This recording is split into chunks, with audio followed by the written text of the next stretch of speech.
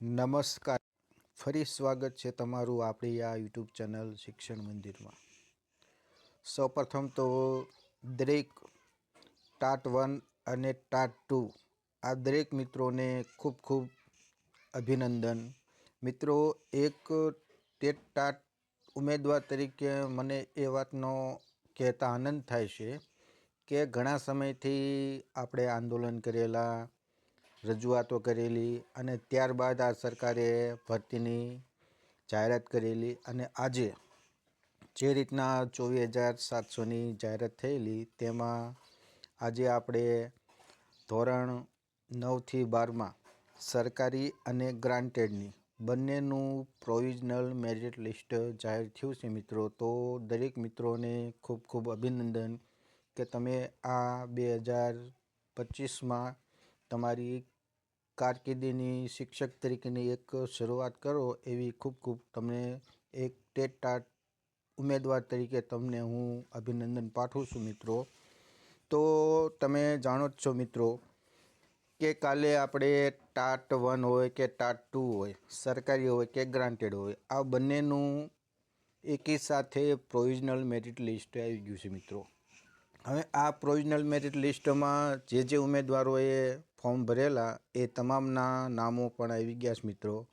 તો દરેક મિત્રોને, જે મિત્રો સારું મેરિટ ધરાવે છે, સારા માર્ક્સ આવેલા છે તે મિત્રોને ખૂબ ખૂબ અભિનંદન. સૌપ્રથમ તો આપણે મિત્રો આ જાહેરાત બાદ આપણે જે મિત્રોને મેરિટ જોવું હોય મિત્રો, તો આપણે જે કાંઈ 9થી 12ની વેબસાઇટ છે www.gserc.in આ વેબસાઇટ પર જઈને મિત્રો તમે તમારા વિષયનું મેરિટ જોઈ શકો છો મિત્રો.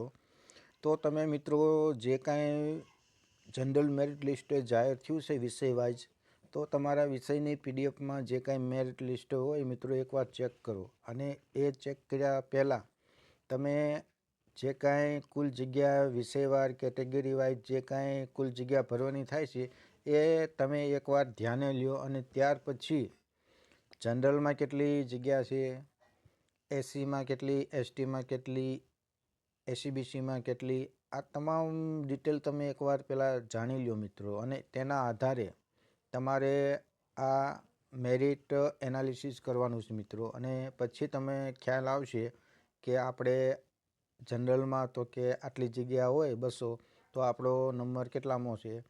તો એ રીતના આમ જુઓ તો દરેક કેટેગરીમાં લાગુ પડતી હોય એ કેટેગરીમાં કુલ જગ્યા એકવાર ધ્યાને લેજો મિત્રો.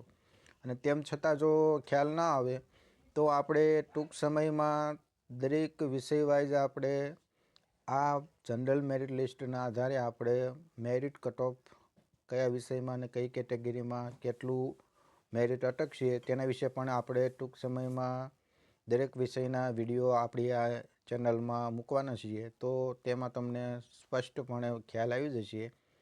તો હાલ તમે જો કાઢી શકો તો તમારી રીતે કાઢી શકો છો, અને તમને ના ફાવે તો ટૂંક સમયમાં આપણે આપણી ચેનલમાં આ બધી પ્રોસેસ કરવાના છીએ મિત્રો. બીજું કે હવે આપણે જનરલ મેરિટ લિસ્ટ તો જાહેર થઈ ગયું છે મિત્રો. તો હવે આ ભરતીમાં મેરિટ કેવું રહેશે, મેરિટ નીચું જશે કે કેમ રહેશે, જનરલ મેરિટ લિસ્ટ જાહેર થયા બાદ હવે આગળની પ્રોસેસ શું હોય છે તેના વિશે પણ આજના વિડીયોમાં ચર્ચા કરવાના છીએ. બીજું કે હવે PML 1માં કેટલા ઉમેદવારોને ડોક્યુમેન્ટ વેરિફિકેશન માટે ક્યારે બોલાવશે, તો તેની પ્રોસેસ શું હોય છે તેની પણ આપણે આજના વિડીયોમાં ચર્ચા કરવાની છે મિત્રો. અને હવે ડોક્યુમેન્ટ વેરીફાઈ થયા બાદ મિત્રો ફાઇનલ મેરિટ લિસ્ટ ક્યારે જાહેર થશે તેના વિશે પણ આપણે ચર્ચા કરવાના છીએ. દરેક મિત્રો આ વિડીયો અને આ વિડીયોમાં જે કાંઈ માહિતી આપું એ ખાસ સાંભળજો. તો વિડીયો પૂરો જોજો મિત્રો, જેથી કરીને તમને જે કાંઈ મનમાં ડાઉટ હોય મેરિટ બાબતમાં તો એ તમામ વસ્તુનું તમારે સમાધાન થાય મિત્રો. તો અત્યારે હાલમાં દરેક વિષયમાં દરેક કેટેગરીનું મેરિટ લિસ્ટ જાહેર થઈ ગયું છે મિત્રો. તો તમે તમારું નંબર પણ જોઈ લીધો હોય છે કે આપણે આ વિષયમાં આટલા ક્રમાંકે આપણો નંબર છે, તો હવે કુલ જાહેર થયેલી જગ્યાના આધારે જે તે કેટેગરીમાં કેટલી જગ્યાઓ છે તેના આધારે આપણું આટલો નંબર છે મિત્રો, તો કેમ રહેશે એ દરેક મિત્રોને હાલમાં ઘણી બધી શંકાઓ હોય છે. દરેક મિત્રોના કોલ પણ આવે છે, મેસેજ પણ આવે છે. આ વિષયમાં આટલી જગ્યા કુલ ભરવાની થાય છે તો અમારે આટલો ક્રમાંક અમારો મેરિટ લિસ્ટમાં છે, તો કેમ અમારું ચાન્સ ખરો, શું અમને જોબ મળી જશે? આવું દરેક મિત્રોનો હાલમાં મેસેજ, કોલ વગેરે આવે છે. એટલે આ વિડીયો એ મિત્રો માટે ખાસ બનાવ્યો છે. બીજું કે મિત્રો, હાલમાં આપણે સરકારી અને ગ્રાન્ટેડમાં બંનેમાં મેરિટ લિસ્ટમાં જોઈએ તો એકના એક ઉમેદવારો બંનેમાં જોવા મળે છે. અમુક ઉમેદવારો તો જેમણે માધ્યમિકમાં પણ ભર્યું છે સરકારી ગ્રાન્ટેડમાં, ઉચ્ચતર માધ્યમિકમાં પણ તેમણે ફોર્મ ભર્યું છે. એટલે એકના એક ઉમેદવારો 4 મેરિટ લિસ્ટમાં નામ ધરાવતા છે મિત્રો. તો ઘણા મિત્રોને એવું થાય કે સરકારી લેવી કે ગ્રાન્ટેડ લેવી. તો મિત્રો આમ જુઓ તો સરકારી અને ગ્રાન્ટેડ બંને કાયમી છે મિત્રો. પગાર ધોરણ પણ સારું છે, બંનેમાં એક સરખું છે. તો તમને જે રીતના નોકરી કરવામાં અનુકૂળતા રહે એ પ્રમાણે તમારે મિત્રો સિલેક્શન કરવું. કારણ કે એવું હોય કે જો ગ્રાન્ટેડમાં નજીક મળતું હોય અને સરકારીમાં દૂર વતનમાં જવું પડતું હોય તો બેસ્ટ એ છે કે આપણે આપણા વતનથી જે કાંઈ નજીક મળતું હોય તો એ ચોઈસ કરવી મિત્રો. ઘણા મિત્રો એવું પણ માને કે સરકારી લેવી સારી, ગ્રાન્ટેડમાં તો આમ છે ને તેમ છે. તો મિત્રો આ ચોઈસ બધી હવે તમારે કરવાની છે.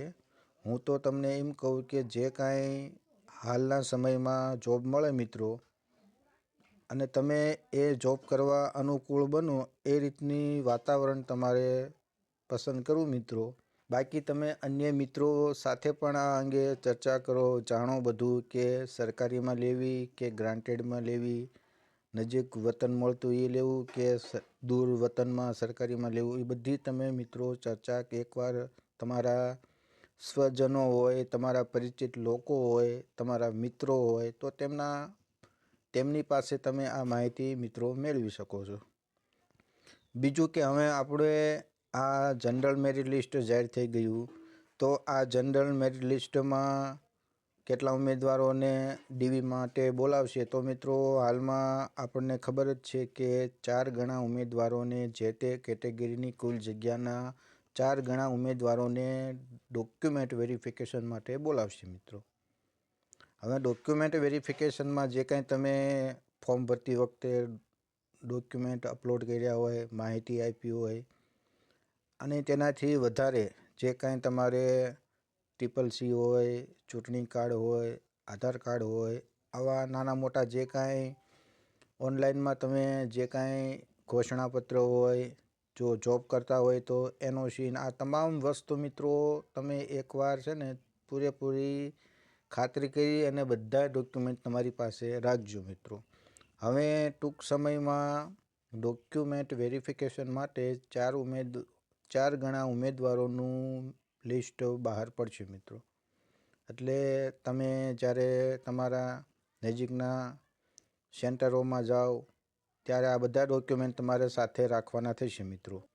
એ ડોક્યુમેન્ટ થઈ ગયા બાદ મિત્રો તમે એકાદ અઠવાડિયામાં આ ફાઇનલ મેરિટ લિસ્ટ જાહેર થશે મિત્રો, PML2 મિત્રો. એટલે દરેક મિત્રોએ આ અંગે થોડીક એક વસ્તુ ખ્યાલ રાખો કે ડોક્યુમેન્ટ પછી ટૂંક સમયમાં ફાઇનલ મેરિટ લિસ્ટ જાહેર થશે મિત્રો. તો બસ મિત્રો આજના વિડીયોમાં જે કાંઈ આ ટાટ HS હોય કે ટાટ S હોય, સરકારી હોય કે ગ્રાન્ટેડ હોય છે, દરેક વિષયનું જનરલ મેરિટ લિસ્ટ જાહેર થઈ ગયું છે. હવે આપણે આમ જોઈએ તો બંનેમાં, સરકારીમાં અને ગ્રાન્ટેડમાં તો કોમન ઉમેદવારો બંનેમાં જોવા મળે છે મિત્રો. એટલે મેરિટ આમ જોઈએ તો મેરિટ તો ડાઉન આપણે વિદ્યા સહાયકમાં હોય કે 9 થી 12માં હોય તો ઘણા બધા ઉમેદવારો આમ જોઈએ તો સરકારી મેરિટની તુલનામાં અનુદાનિત આપણે ગ્રાન્ટેડ શાળામાં મેરિટ ડાઉન જવાનું છે મિત્રો, એ ચોક્કસ છે. કારણ કે દરેક મિત્રોને પહેલી પસંદ સરકારી શાળાની હોય છે મિત્રો. એટલે આ રીતનું આપણે પ્રોસેસ બધી જોવા મળશે મિત્રો. તો આ રીતનું આપણે આમ જોઈએ તો મેરિટ નીચું પણ રહી શકે અને અમુક વિષયમાં મેરિટ ઊંચું પણ રહી શકે મિત્રો. તો હવે આપણે જે કાંઈ આ જનરલ મેરિટ બાદ PML-1 આવશે, જેમાં DV માટે 4 ગણા ઉમેદવારોને બોલાવશે અને ત્યારબાદ પછી ફાઇનલ મેરિટ લિસ્ટ મિત્રો આવશે. તો આગળની જે કાંઈ પ્રોસેસ હશે મિત્રો, એ આપણી આ ચેનલમાં આપણે સમયસર બધી વિગતો મૂકતા જ રહીએ છીએ. તો બસ મિત્રો, આજના વિડીયોમાં જે કાંઈ આ અપડેટ હતી એ તમારા સુધી પહોંચે એટલા માટે આ વિડીયો તમારા માટે બનાવ્યો હતો. આશા રાખું કે આપને આ બધી માહિતી સારી લાગી છે મિત્રો. વિડીયો પસંદ પડે તો વિડીયોને લાઇક કરો, શેર કરો અને આવી જ ટેટ-ટાટ ભરતીને લગતી તમામ નાની મોટી ડેલી અપડેટ મેળવવા માટે આ ચેનલમાં જોડાયેલા રહેજો. મળીએ નવા વિડીયોમાં નવી માહિતી સાથે. જય હિન્દ, જય ભારત મિત્રો.